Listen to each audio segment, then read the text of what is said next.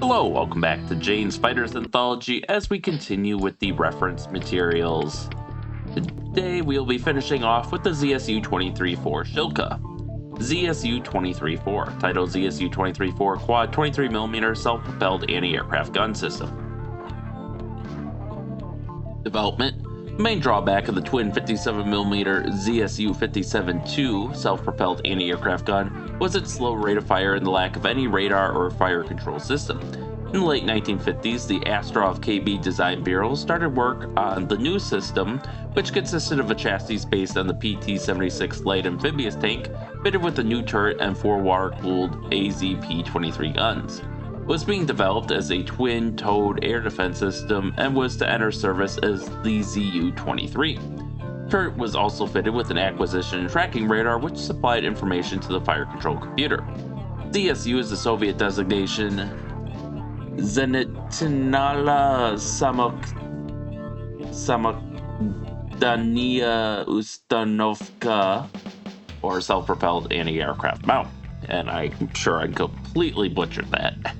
23 is the caliber of the weapons, 23mm, and 4 represents the number of weapons in the system. Common name for the ZSU-23-4 is the Shilka. Description: the all-welded steel hull of the ZSU-23-4 is divided into 3 compartments: drivers at the front, fighting in the center, and engine at the rear.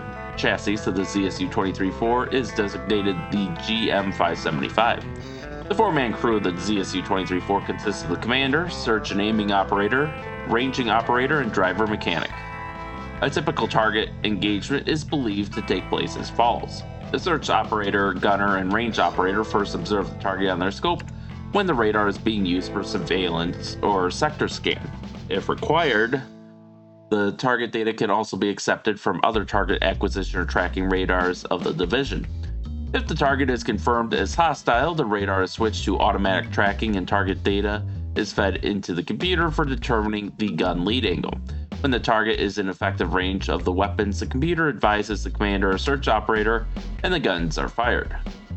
The weapons can be aimed when the vehicle is traveling across country, can also be laid without the use of radar, computer, or stabilization system.